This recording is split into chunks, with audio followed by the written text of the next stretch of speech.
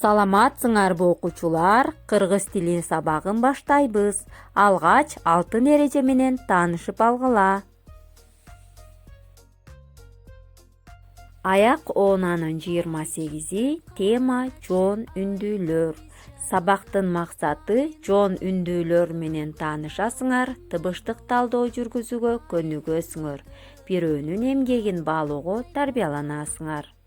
Жоон үндүүлөр тилдин артка карай жыйрылышы менен жасалган үндүү тыбыштар жоон үндүүлөр деп аталат. Алар А, О, У, Э. А, О, У. Бул тыбыштарды унутпагыла балдар. 45-көнүгүн иштейбиз. Хандарбыз жомогунун 3-бөлүгү. Жашылчалар бири-бирин жетелешип, жалбыракка жашынып алышып, дыйкандан качып кетишти. Белес-белес белдерден ашып, өзөн-өзөн сууларды кечишти. Акыры өздөрү кыялданган, кулак угуп көз көрбөгөн эң жерге жетишти. Дарбызды хандыкка көтөрүшүп, куунак күндөр келди.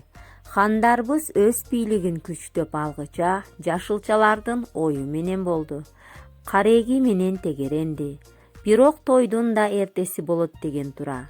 Баягы ак көңүл, боорукер, элпек көрүнгөн хандарбыз эми ач көз, кара өзгөй, каардуу хан болуп чыга келди.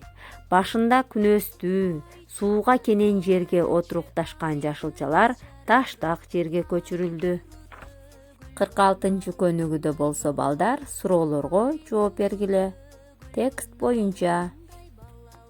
47-көнүгүдө болсо, чомоктон 5 сөз тандап сүйлөм түзөсүңөр. Бул мисал силер үчүн.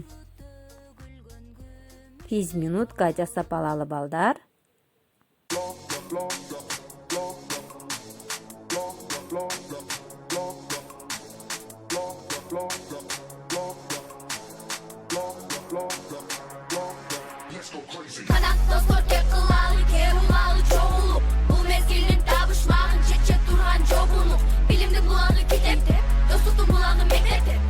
Тапшырма 48-көнүгү китепче жасап, жоон жана ички үндүүлөр катышкан ыр жана табышмактар жазасыңар. Сабагыбыз соңуна чыкты. Саламатта калгыла.